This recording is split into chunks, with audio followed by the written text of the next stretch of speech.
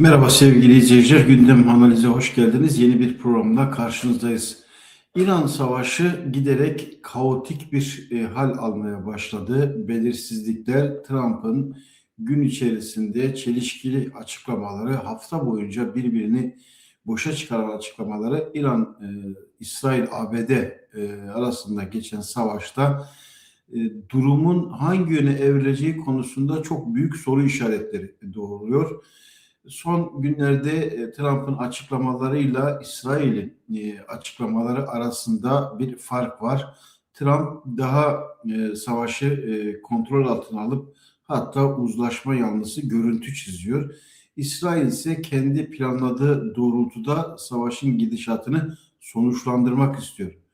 Herkes şu anda savaşın durabileceği, ateşkesin ilan edebileceği bazı diplomatik görüşmeler üzerinden analizler inşa ediyor. Ama öte yandan İsrail'in, ABD'nin yanı sıra Birleşik Arap Emirlikleri ve Suudi Arabistan'ın İran'a saldırma olasılığı gündeme geldi. ABD'nin denizcileri, piyadeleri hafta sonuna doğru e, İran körfezine ulaşacak ve kara harekatı da gündemde. Yani hem savaşın durması hem sürmesi hem hava harekatının devam etmesi hem de kara harekatının başlatılması gündemde. Dört farklı olasılık ve gerçekliği yan yana getirdiğimiz zaman büyük bir belirsizlikle karşı karşıyayız. Tam bu belirsizliğin ortasında İran Güney Kürdistan'ı açıktan hedef almaya başladı ve Hevleri hedef aldı. Hevler'de Peşmerge Komutanlığı'na saldırı düzenledi. 6 peşmerge şehit düştü. Bütün bunlar neye işaret ediyor? İran askeri yetkilileri Kürtleri açıktan tehdit etmeye başladılar. Yani uzlaşma ABD ile İran arasında olursa Kürtlerden hıncını çıkarma ya da Kürtleri terbiye etme kendisine göre kontrol altına alma stratejisi mi izleniyor? Bu süreçte KDP'den resmi bir çağrı geldi. Önemli, oldukça önemli, belki de tarihsel özellik taşıyor. Ulusal cephe çağrısı. KDP Politbüro açıklamasında, yazılı açıklamasında Kürdistan'ın bütün güçlerin aynı cephede buluşması gerektiği konusunda çağrıları var. Bunlar ne anlama geliyor? Bunları sizlerle paylaşacağız, analiz etmeye çalışacağız.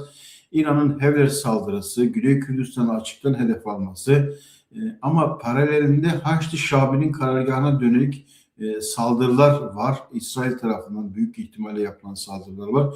Türkiye'nin oynadığı bir rol var. Pakistan'la beraber Türkiye, İran ile ABD arasında arabulucu rolüne soyundu ve özellikle Hürmüz Boğazı'ndaki enerji krizi nedeniyle bu çaba sanki sonuç veriyor gibi gösteriyor. Ama öte yandan Türk Cumhurbaşkanı Recep Tayyip Erdoğan'ın İsrail'e hedef alan açıklamaları, İsrail'in de karşı açıklamaları yeni bir gerilim noktası da oluşturdu diyebiliriz.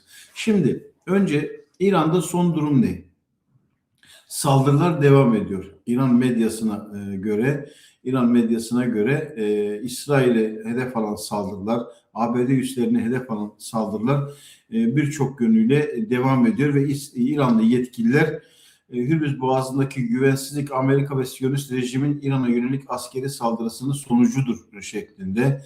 Sadık Vaat 4 operasyonu 78. dalgası İran füze yağmurları altında düşman İHA'larının imha sayısı 131'e yükseldi diyor. General Rezai'den ABD'ye Fars Körfezi'nde boğulacaksınız diyor. BK'yı Amerika ile bir müzakere gerçekleştirmedik diyor. İran Dışişleri'den gelen açıklamalar bunlar. İran Dışişleri Bakanlığı Sözcüsü son 24 gün içerisinde ABD ile herhangi bir müzakere veya diyalog gerçekleşmediğini belirtiyor. Pezeşkiyan, Hürmüz Boğazı'ndaki güvensizlik Amerika'nın ve İsrail'in sebep olduğu bir olay diyor. İran medyasından devam edelim. Çünkü önce medyalarda devlet İsrail, ABD ve İran medyasında neler var o başlıklara bakalım. Savaşı kim nasıl yansıtıyor? İran devrim muhafızları İsrail'e ultimatom verdi. Soykırıma son verin yoksa ağır saldırılara karşı karşıya kalacaksınız diyor. İran devrim muhafızları donanması izin belgesi olmadığı gerekçesiyle konteyner gemisinin Hürmüz Boğazı'ndan ayrılması emretti. İran Devrim Muhafızları'nın Sesi bülteni şeklinde bu. Press TV, Operasyon Gerçek Vaat 4 İran füzeleri yeni bir dalgada İsrail'in istihbarat merkezlerine yağıyor diyor. ABD'nin İran'ın enerji santraline yönelik saldırısı durumunda İran'ın misilleme seçenekleri var deniliyor. Ve İran'daki muhaliflerin bir internet sitesi var. O sitedeki analizlere baktığımız zaman İran savaşı ilerlerken Pakistan ve Türkiye diplomatik girişimlerini yoğunlaştırıyor. ABD ve bölgesel arabulucular İran ile barış görüşmelerinin olasılığını görüştü deniliyor. İsrail İsfahan'daki patlayıcı madde fabrikasına saldırdığını açıkladı.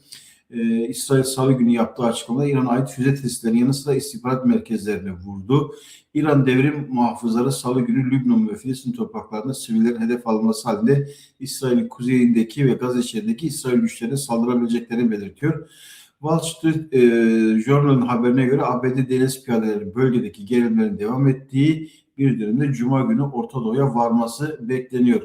Ve şimdi bu saat itibariyle de canlı yayınlanan bir Netanyahu'nun konuşması söz konusu. Netanyahu'nun yaptığı açıklamalarda da yine İran'a yapılan operasyonun öyle kolay kolay sonuçlanmayacağını belirtiyor ve bu savaşı İsrail'in istekleri yerine getirilirse sonuçlanabileceği konusunda da demeçler veriyor. İran'daki son durum bu. İsrail medyasından da başlıklara bakalım. Özellikle Jerusalem Post gazetesi İran ile ABD arasındaki diplomasi çalışmalarından bahsediyor. Trump'ın diplomasi baskıyla harmanlamasıyla İran'daki çatışma kontrollü belirsizlik yaşanıyor. Bu aynı zamanda İsrail'in ABD'nin tutumu konusundaki ihtiyatlı yanına dikkat çeken bir analiz. İsrail, Trump'ın açıklamaları bir yandan İsrail'i tedirgin ediyor. ABD yan çizerse İsrail kendi başının çaresine yalnız başına bakabilir mi? Ama hemen bu arada belirtelim, Suudi Arabistan ve Birleşik Arap Emirlikleri'nin de İran'a saldırısı söz konusu olabilir. Bu ülkelerden özellikle İran'a karşı yeni cephe oluşma olasılığı oldukça yüksek. Trump'ın açıklamaları da gözlemciler tarafından, analistler ve yorumcular tarafından Trump'ın açıklamaları bir stratejiye dayalı, savaşı bitirme yönünde herhangi bir samimi çabası yok ama Avrupa Birliği, Almanya başta olmak üzere NATO temsilcileri Trump'ın savaşına ortak olmama tutumunu sürdürüyorlar. Türkiye'nin rolü var. Türkiye bir denge siyaseti, aynı zamanda diplomasiyle bölgedeki çatışmayı durdurabileceğini düşünüyor. Ama bu denge siyasetinde çok uzun süremeyeceği bir sürecin içerisine girdiğimizi söyleyebiliriz. ABD, İran uzlaşırsa İsrail ne yapar? İşte tam da bu noktada Trump'ın ortaya koyduğu görüşler ya da yaptığı açıklamalar uzlaşıdan öte bir savaşı manipüle etme süreci olarak da okunabilir ya da taktikleri olarak da okunabilir. Donald Trump'ın aklında neler olduğunu kimse tam olarak bilmiyor ve bu da her zaman olduğu gibi bir yöntemin parçası. Pazartesi günü Cumhurbaşkanı bir kez daha Orta Doğu piyasalar ve İran liderliği üzerine belirsizlik yarattı. Tahran'da çok iyi ve verimli görüşmeler yapıldığını duyurdu Trump. Hürmüz Boğazı'nın yeniden açılması konusundaki kendi ultimatomunu erteledi. Sonuç anında görüldü. Petrol fiyatları düştü. Kriz durağanlaştı. Piyasalar istikrar kazandı ve savaşın sona ermek üzere olduğu hissi ulaştı deniliyor İsrail medyasındaki yorumlarda. Ama öte yandan Trump'ın söylemlerinin çok fazla kayda alındığında söyleyemeyiz. Çünkü Trump'ın diplomasisi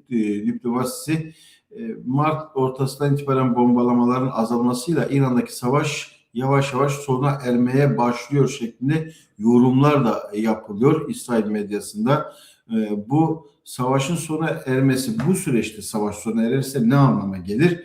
E, Rejim zayıflasa da ayakta kaldığını, askeri olarak darbe yese de karşılık verdiğini, rejim muhalifleri rejimin bu durumundan kaynaklı daha dinamik olmak yerine sinebileceği bir pozisyon ortaya çıkıyor. Çünkü rejim kalıcı olarak devam ederse ABD kendi politikası gereği içerideki muhalefete, İran muhalefetine eskisi gibi de yaklaşmayabilir. Bu gerçekliğin altını çizmekte fayda var.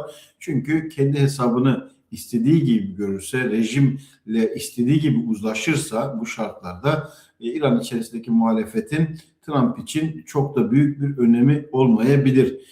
Peki bu konuyla ilgili uluslararası dengeler bu savaşın bu şekilde sonlanmasını ister mi? Körfez ülkeleri, Suudi Arabistan, Katar, Birleşik Arap Emirlikleri bu süreçte seslerini fazla çıkaramadılar. Kendi topraklarına, şehir merkezlerine İran füze yağdırdı. Bu şu anlama gelir. Savaş bu aşamada sonlanırsa Suudi Arabistan'ın, Birleşik Arap Emirlikleri'nin, Katar'ın, Bahreyn'in ve diğer ülkelerin çok da fazla bir numarası yok. İran karşısında herhangi bir karşılığı yok. Bir güç dengesinde hesaba katılır yanları yok. Çünkü oldukça pasif bir konumda kaldılar. Kendilerine yapılan saldırıya hiçbir şekilde misillemede bulunmadılar. Bu şu anlama gelir. İran, Körfez'deki bu devletleri, Suudi Arabistan ve Katar, Birleşik Arap Emirlikleri başta olmak üzere Kuveyt'i sindirme potansiyeline sahip. Bu İran'a özgüven kazandırır Orta Doğu'da. İkinci bir nokta, Trump savaşı kendisine göre uzlaşmayla sonuçlandırırsa kendi iç kamuoyunu belki susturabilir bir noktaya kadar ama ne hedeflemişti, ne gibi bir sonuç ortaya çıktı? Hedeflediği rejimin değişmesiydi. Hiç sağa sola çekmeye gerek yok ama rejim yerinde kalacaksa, rejim inisiyatifini istediği gibi yeniden kuracaksa bu İran'ın biraz daha darbe yese de güçlenerek yeniden siyaset sahnesinde kendini var etme biçimine geliyor. Aynı zamanda İsrail karşıtı cephenin Türkiye, İran ve Selefi, Hamas gibi örgütlerin, Hizbullah gibi örgütlerin bir blok olarak daha da fazla güçlenebileceği anlamı da çıkar. İşte tam da bu noktada İsrail bu savaşı başlatırken 12 gün savaşlarında da bu ikinci saldırı planına da dahil olurken İsrail'in hedefi İsrail'in kendi güvenliğini sağlama ve Orta Doğu'da hegemon bir güç olmak konusunda kendisini kurumsallaştırmayı hedeflemişti. İsrail bu hedeflerine varmış olmayacak. Çünkü Hizbullah o kadar tasfiye operasyonu yedi ama Hizbullah'ın İsrail'e saldırma kapasitesi önceki dönemlerde daha fazla arttı ve bir yanda da meşruiyet kazandı. Dolayısıyla Lübnan cephesinde İsrail'i çok da iyi bir yakın gelecek beklemiyor. Yani İsrail'in güvenliği daha fazla riske giriyor. İkincisi Filistin-Gazze meselesinde İsrail istediğini tam olarak alabilmiş değil.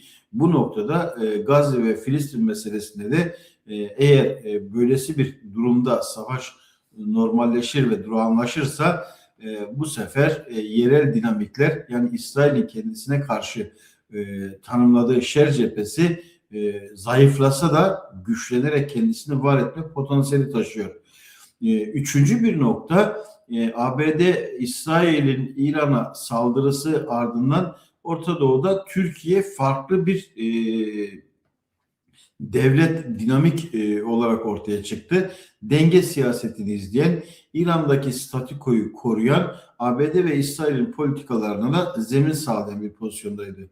Türkiye bu durumunu İran'a karşı ve ABD ve İsrail'e karşı pazarlık gücü haline getirme konusunda politika üretecek ve bu politikada Türkiye'nin lehine olacak. Türkiye bölgede stratejik dengeleri belirleyebilme kapasitesine sahip olacak.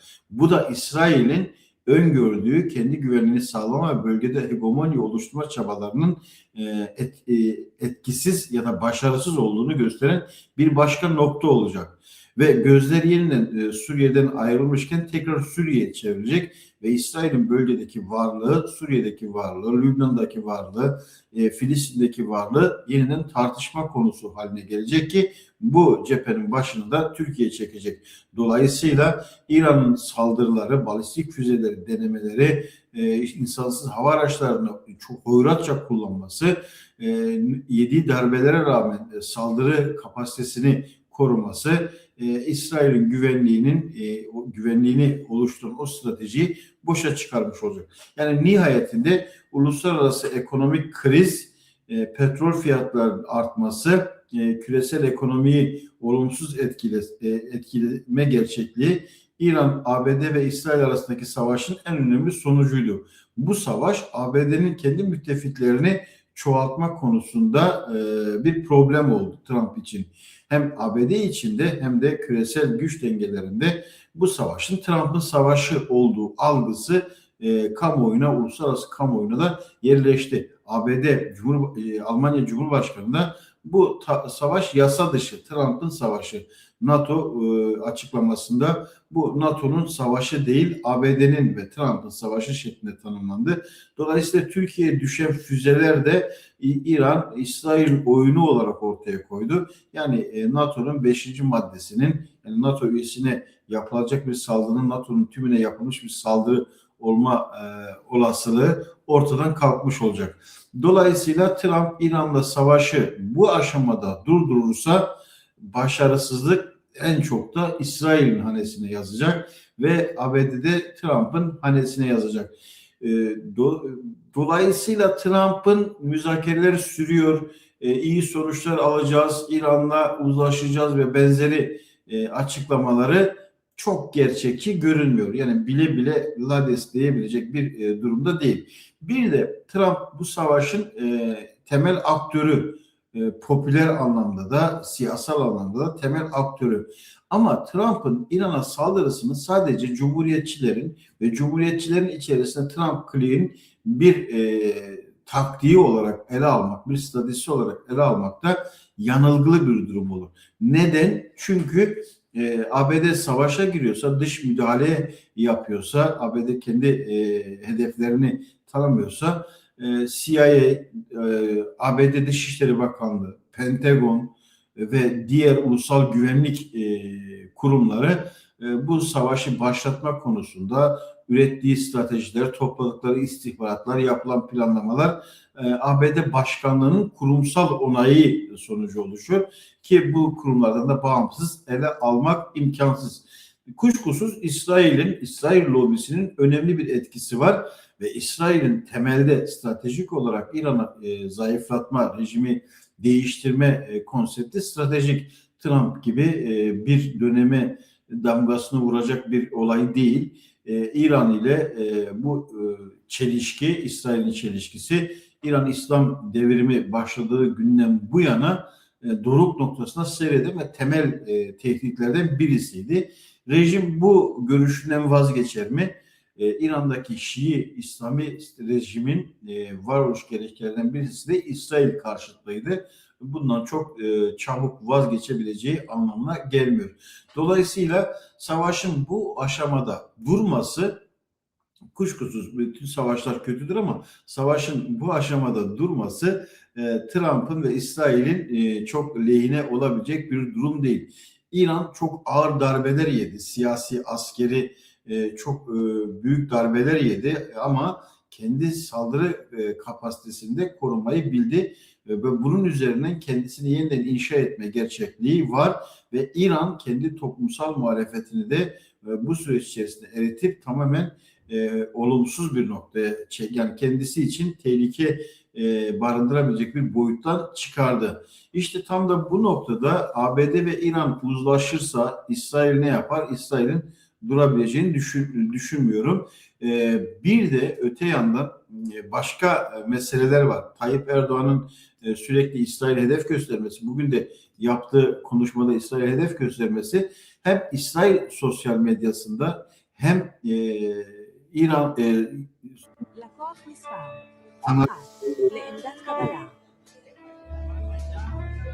şeyde yapay zeka ile oluşturmuş bir video izliyorsunuz şu anda.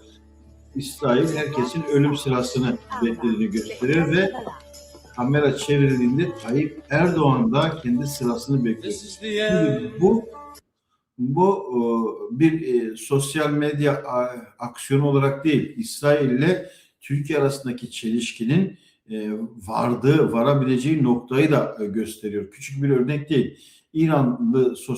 İsrailli sosyal medya hesaplarına güvenlik uzmanları, İsrail yanlısı gazetecilerin, politikacıların bütün mesajlarında İran kadar Tayyip Erdoğan karşıtlığı bir dil, bir söylem, bir argüman söz konusu. Böylesi bir algı var.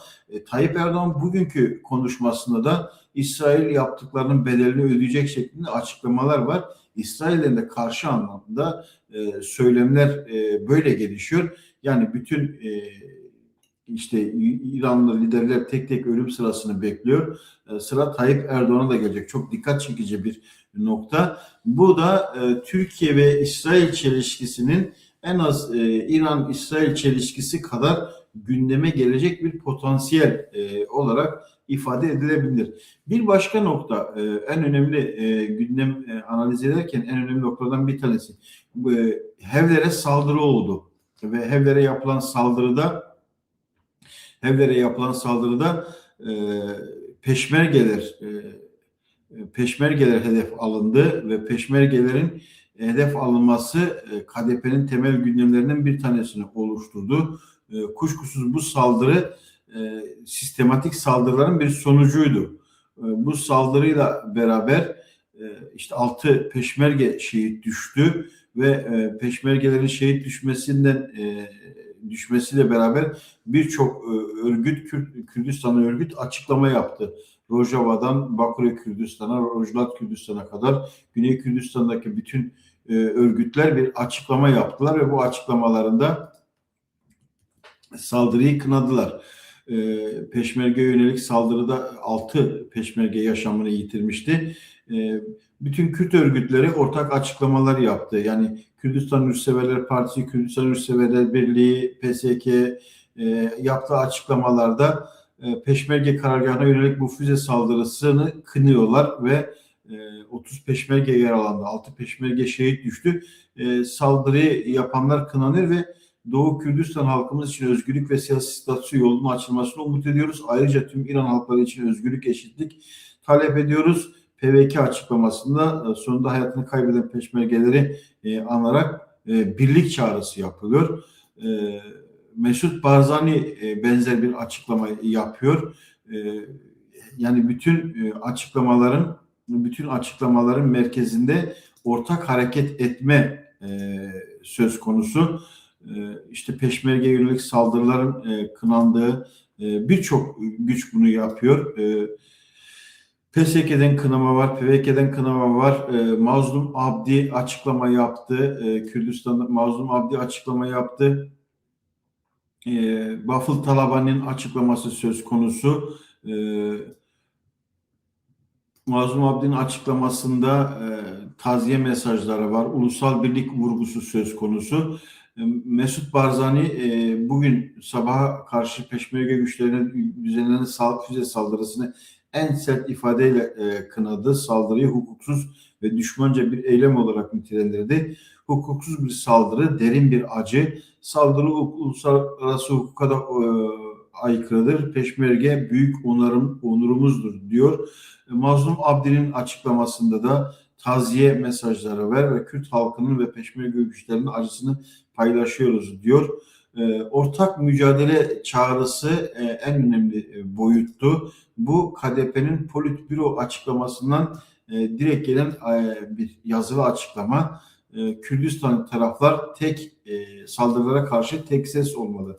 Bu açıklama çok önemli. Yani KDP'den ulusal birlik çabası, bütün Kürt örgütlerin çağrısı vardı ama KDP'den gelen bu çağrı hakikaten tarihsel bir öneme sahip. Neden? Çünkü şimdiye kadarki ulusal birlik çalışmalarında, çabalarında kuşkusuz KDP'nin de önemli bir rolü, stratejik bir rolü var ama o rolü tam olarak oynadığını söyleyemeyiz. KDP Politbürosu yaptığı açıklamada bölgede gerilimin tırmandığı ilk günden bu yana Kürdistan bölgesine yönelik pek çok saldırının gerçekleştirdiği belirtiliyor. Hevler'e yönelik birçok saldırı yapıldı. Süleymaniye'ye yönelik birçok saldırı yapıldı. Bağdat'a anayasal sorumluluk çağrısında bulunuyor. Ve KDP Politbürosu Kürdistan'daki tüm siyasi güçlere de seslenerek ulusal bir tutum sergilenmesini istedi. Tüm Kürdistan'ı güç ve taraflardan beklentimiz bu gelişmelere karşı ortak bir söylem ve duruşla karşı durmalardır. Vatandaşlarımıza ve bölgemize yönelik bu ihlallere karşı ulusal mesajımızı ve tepkimizi hep birlikte göstermeliyiz diyor. Bu hakikaten dikkat çekici, önemli bir açıklama ve KDP Politbürosu tarafından yazılı bu açıklama bütün Kürdistan'ı örgütlerden hemen bir yankı geldi, hemen bir tepki geldi. İşte Rojava'dan tepki geldi. Doğu Kürdistanlı örgütlerden tepki geldi. Muhtemelen KCK bu konuyla ilgili tepkisini daha önce zaten ortaya koymuştu. Ulusal Birlik Güney Kürdistan'a yapılan saldırıların yanıtsız kalmaması konusunda. Yani KDP'nin Kürdistanlı taraflara ve saldırılara karşı tek ses olması gerektiği, ortak bir tutum takılması çağrısı. Muhtemelen son dönemde işte 2026 Nevroz'unda da önceki Rojava'yı sahiplenme eylemleri ve serhaldanlarında da Ulusal Birlik Kürt siyasi örgütlerinin gündemine oturmuştu ve baş gündem maddesiydi, birinci gündem maddesiydi. Tarihsel olarak baktığımızda Rojilat Kürdistan'a yapılan saldırılar aynı zamanda Güney Kürdistan'ın, Başarı Kürdistan'ın hedef haline gelmesi, Rojava'nın, Kuzey Kürdistan'ın, Kürdistan'ın diğer parçalarının ortak bir tutumla askeri, siyasi, diplomatik, ekonomik bir birliği zorunlu hale getiriyor. Yani Kürtlerin ne olursa olsun örgütlü bir arada durması bu süreçte Kürtler için en büyük kazanım olacak ve fiili olarak da Kürdistan'ın 4 parçası aslında birleşmiş olacak. Yani şu anda Rojava'dan Başarı Kürdistan'a ve Rojava'ya kadar bir hat oluştu. Doğu Kürdistan'daki 6 Kürt örgütünün silahlı ve askeri birliği cephesi, Rojava'da PYD, NKS ve Kürt Ulusal Birliği'nin ete kemiğe bürünmesi, Rojava meselesinde Başarı Kürdistan'ın oynadığı önemli rol, KCK ve Kürt Özgürlük Hareketi'nin PKK'nin kurucusu lideri Abdullah Öcalan'ın bu çağrıları son Nevroz'da da altını çizerek vurgulamıştı. Demokratik Ulusal Birlik, Demokratik Kürt Birliği, Kürdistan Birliği bu açıdan oldukça önem taşıyor. Ve bu olasılıklar üzerinden şekillenecek Kürt siyaseti işte tam da bu noktada süreçte belirleyen bir unsur, belirleyen bir dinamik güç haline gelecek diyebiliriz. İzlediğiniz için çok teşekkür ederim. Tekrar buluşuncaya dek de hoşça kalın diyorum.